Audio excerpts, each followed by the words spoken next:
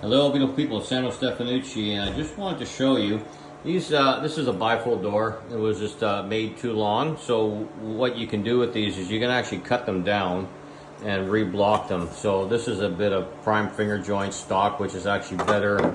Some of the stuff they give you is just MDF on the sides and sometimes in the blocks here as well.